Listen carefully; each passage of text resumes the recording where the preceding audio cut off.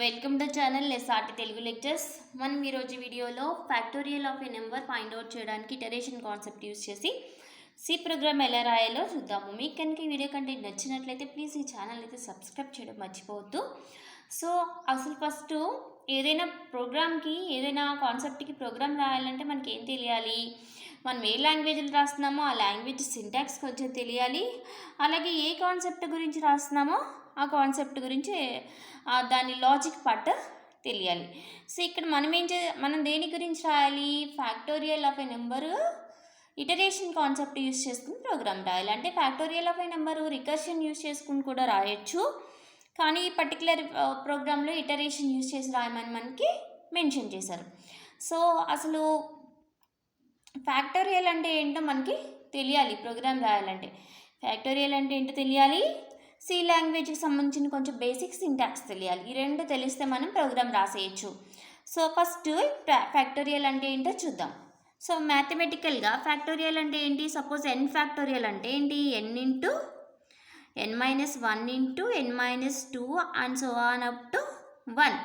అంటే ఏంటి, మనం ఏదైనా నెంబర్ ఫ్యాక్టోరియల్ ఫైండ్ అవుట్ చేయాలంటే ఆ నెంబర్ని n నుంచి 1 వచ్చే వరకు మల్టిప్లై చేయాలి. అంటే రిపీటెడ్గా మల్టిప్లికేషన్స్ చేయాలి నెంబర్ని. ఓకే, n దగ్గర నుంచి 1 వచ్చేంత వరకు.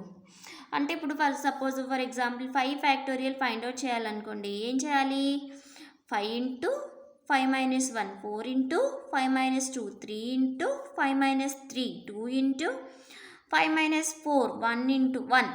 ఓకే, అంటే ఇక్కడ వరకు స్టాప్ చేయాలి, n నుంచి 1 వచ్చే వరకు. ఓకే, ఇప్పుడు దీన్ని ఫైనల్గా క్యాలిక్యులేట్ చేయాలి. 5 4 20 23 60 62 120 120 into 1 120. అంటే 5 ఫ్యాక్టోరియల్ వాల్యూ ఎంత, 120. ఓకే, ఇది అసలు ఫ్యాక్టోరియల్ అంటే. ఇప్పుడు చూడండి, ఇక్కడ మనం ఏం చేస్తున్నాము, రిపీటెడ్గా మల్టిప్లికేషన్స్ చేస్తున్నాము.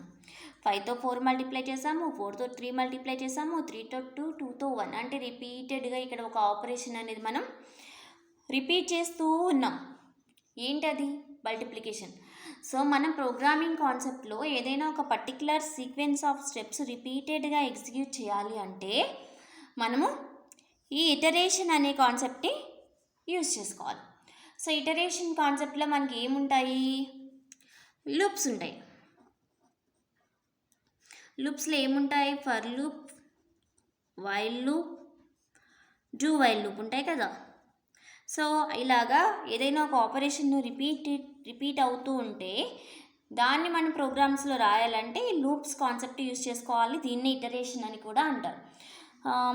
C program to find a factorial of a number using loops అన్న కూడా సేమ్ ప్రోగ్రామ్ రాయొచ్చు మనం. ఓకే, ఇక్కడ ఫర్ వైల్ డూ వైల్ ఏదైనా లూప్ యూస్ చేసుకుని మనం రాసుకోవచ్చు, కానీ మనకందరికీ ఎక్కువ ఫర్ లూప్ బాగా ఫెమిలియర్గా ఉంటుంది కదా. సో ఫర్ లూప్ యూస్ చేసి ఎలా రాయాలో నేను చూపిస్తాను, చూడండి. సో ఫస్ట్ ఏం చేయాలి, హ్యాష్ ఇంక్లూడ్ stdio.h అంటే ఏంటి, హెడర్ ఫైల్ని ఇంక్లూడ్ చేసుకోవాలి మన ప్రోగ్రాంలో. అంటే ప్రింట్ఎఫ్, స్కాన్ఎఫ్ అలాంటి ఫంక్షన్స్ కానీ డెఫినేషన్ ఎక్కడ ఉంటుంది, stdio.h హెడర్ ఫైల్లో ఉంటుంది కదా. సో ఆ హెడర్ ఫైల్ని మన ప్రోగ్రాంలో హ్యాష్ ఇంక్లూడ్ stdio.h అనే స్టేట్మెంట్ యూజ్ చేసుకుని మనం ప్రోగ్రాంలో ఇంక్లూడ్ చేసుకోవాలి. ఆ తర్వాత ఏంటి, మన ప్రోగ్రామ్ని మెయిన్ రాయాలి. ఏ ప్రోగ్రామ్ అయినా ఎగ్జిక్యూషన్ మెయిన్తోనే స్టార్ట్ అవుతుంది కదా. సో ఏంటి, మెయిన్ ఓపెన్ బ్రేస్, ఇది సింటాక్స్. తర్వాత ఏం చేయాలి, డిక్లేర్ చేయాలి వేరియబుల్స్. మన ప్రోగ్రాంలో యూజ్ అయ్యే వేరియబుల్స్ని డిక్లేర్ చేయాలి. సో మన ప్రోగ్రామ్కి ఏమేమి యూజ్ అవుతాయి, సో నేను ఏదో ఒక నెంబర్కి ఫ్యాక్టోరియల్ ఫైండ్ అవుట్ చేయాలి. సో ఎన్ అనే ఒక నెంబర్ అనుకోండి, ఎన్ అనే ఒక వేరియబుల్ కావాలి. ఏ నెంబర్కి అయితే నేను ఫ్యాక్టోరియల్ ఫైండ్ అవుట్ చేస్తున్నానో ఆ నెంబర్ని స్టోర్ చేయడానికి. అలాగే రిజల్ట్ స్టోర్ చేయడానికి ఒక వేరియబుల్. అలాగే లూప్లో, ఈ ఫర్ లూప్లో ఐ యూజ్ చేస్తాను కదా, దానికి ఒక వేరియబుల్. ఆ వేరియబుల్స్ అన్నీ నేను ఇక్కడ డిక్లేర్ చేసుకోవాలి. చూడండి, అన్ని ఇంటీజర్ వాల్యూసే కదా. సో ఇంట్ డేటా టైప్ యూజ్ చేసుకుని ఇంట్ ఎన్ అనే వేరియబుల్ ఏమో నెంబర్ స్టోర్ చేయడానికి, ఫ్యాక్ట్ అనే వేరియబుల్ ఏమో రిజల్ట్ స్టోర్ చేయడానికి, నెక్స్ట్ ఐ అనే వేరియబుల్ ఏమో లూప్లో యూజ్ చేయడానికి, సెమికోలన్. ఇప్పుడు చూడండి, ఫ్యాక్ట్ని 1తో ఎందుకు ఇనిషియలైజ్ చేశానంటే ఇక్కడ మనం రిపీటెడ్గా మల్టిప్లికేషన్స్ చేస్తున్నాం కదా. సో ఇనీషియల్గా నేను 1తో ఇనిషియలైజ్ చేయకపోతే మనం డిక్లేర్ చేసినప్పుడు ఈ వేరియబుల్లో ఏదైనా గార్బేజ్ వాల్యూ స్టోర్ అయిపోతుంది. సో నేను ఇప్పుడు ఈ మల్టిప్లికేషన్ చేస్తున్నప్పుడు ఈ రిజల్ట్ వెళ్ళి ఆ గార్బేజ్ వాల్యూతో మల్టిప్లై అయిపోయి మనకి రిజల్ట్ అనేది వేరేగా వస్తుంది. అందుకనే ఇనిషియల్గా 1తో నేను ఇనిషియలైజ్ చేశాను ఫ్యాక్ట్ని. సో ఇప్పుడు డిక్లరేషన్స్ అయిపోయినాయి కదా. నెక్స్ట్ ఏం చేయాలి, ఈ ఎన్ వాల్యూ రీచ్ చేయాలి ప్రింట్ఎఫ్ స్టేట్మెంట్ యూజ్ చేసుకుని. So printf enter N value or any number, అలా మన ఇష్టం వచ్చినట్టు ఏదైనా రాసుకోవచ్చు ప్రింట్ఎఫ్ స్టేట్మెంట్లో. ఓకే, తర్వాత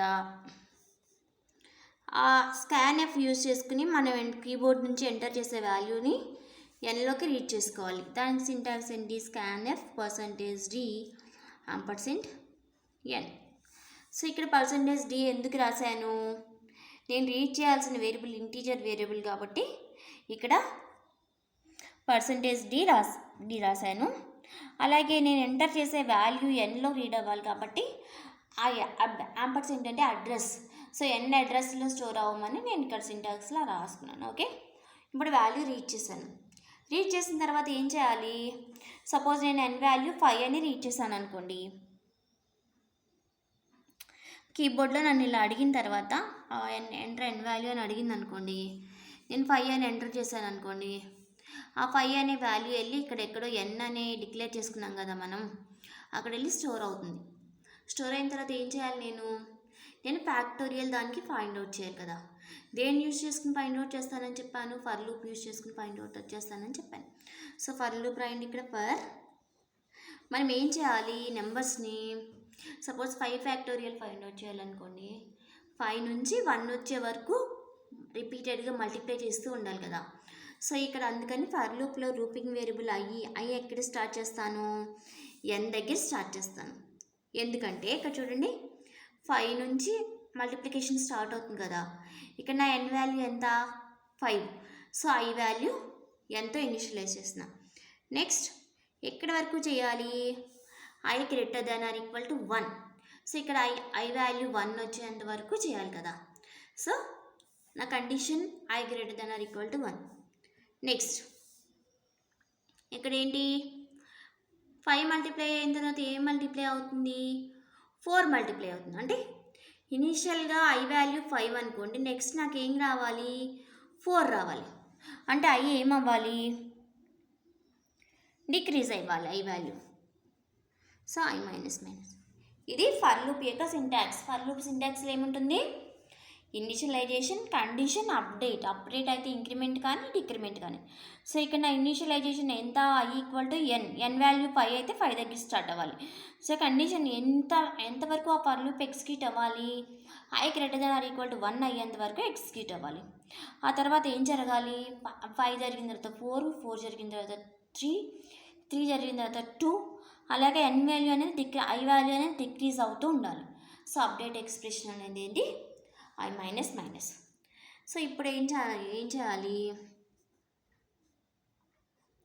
fact equal to fact into I. Okay, ఇప్పుడు ఇది ఎలా ఎగ్జిక్యూట్ అవుద్దో చూడండి. ఇనిషియల్గా ఫ్యాక్ట్ వాల్యూ ఎంత, 1 ఇంటూ మన ఐలో ఎన్ ఇనిషియలైజ్ చేసాం. నేను సపోజ్ ఇప్పుడు ఎంటర్ ఎన్ వాల్యూ అని అడిగినప్పుడు నేను ఎన్ వాల్యూ 5 ఇచ్చాను అనుకోండి, ఎన్లో 5 స్టోర్ అవుతుంది కదా. ఐ ఈక్వల్ టు 5 అవుతుంది. ఇప్పుడు కండిషన్ చెక్ అవుతుంది, 5 greater than or equal to 1, condition true కదా.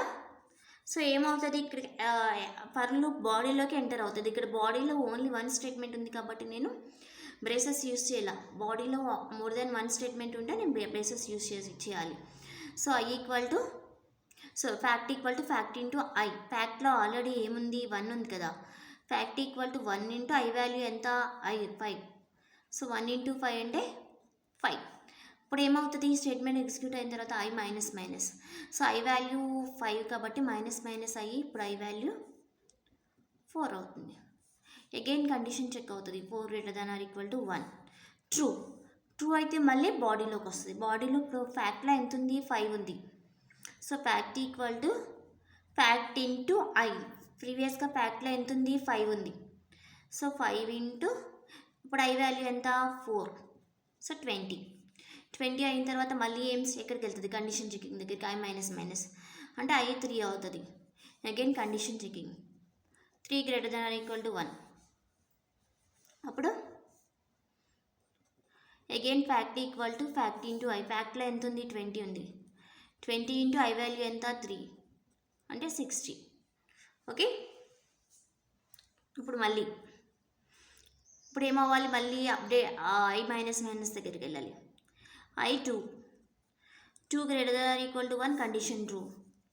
Again fact equal to fact into I అంటే ఫ్యాక్ట్లో ఎంత ఉంది, 60 ఉంది. 60 ఇంటూ 2 120.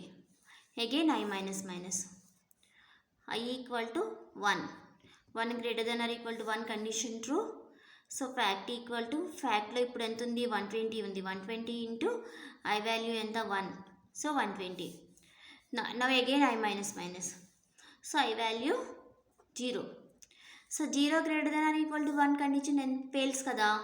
ఫెయిల్ అయిపోయిన తర్వాత ఎగ్జిక్యూషన్ ఫర్ లూప్లోంచి బయటకు వచ్చేస్తుంది. సో బయటకు వచ్చేసిన తర్వాత ఇప్పుడు ఈ ఫ్యాక్ట్లో ఎంత ఉందో అది మనం ప్రింట్ చేయాలి. అదే మన ఇచ్చిన నెంబర్కే ఫ్యాక్టోరియల్ వాల్యూ అవుతుంది, రిజల్ట్ అవుతుంది. So printf factorial equal to %d fact. మన రిజల్ట్ ఎందులో ఉంది, ఫ్యాక్ట్ వేరియబుల్లో ఉంది కదా. సో ఫ్యాక్ట్ రిటర్న్ 0 ఒకటి రాయాలి. ఇంట్ రాసాం కాబట్టి మెయిన్కి.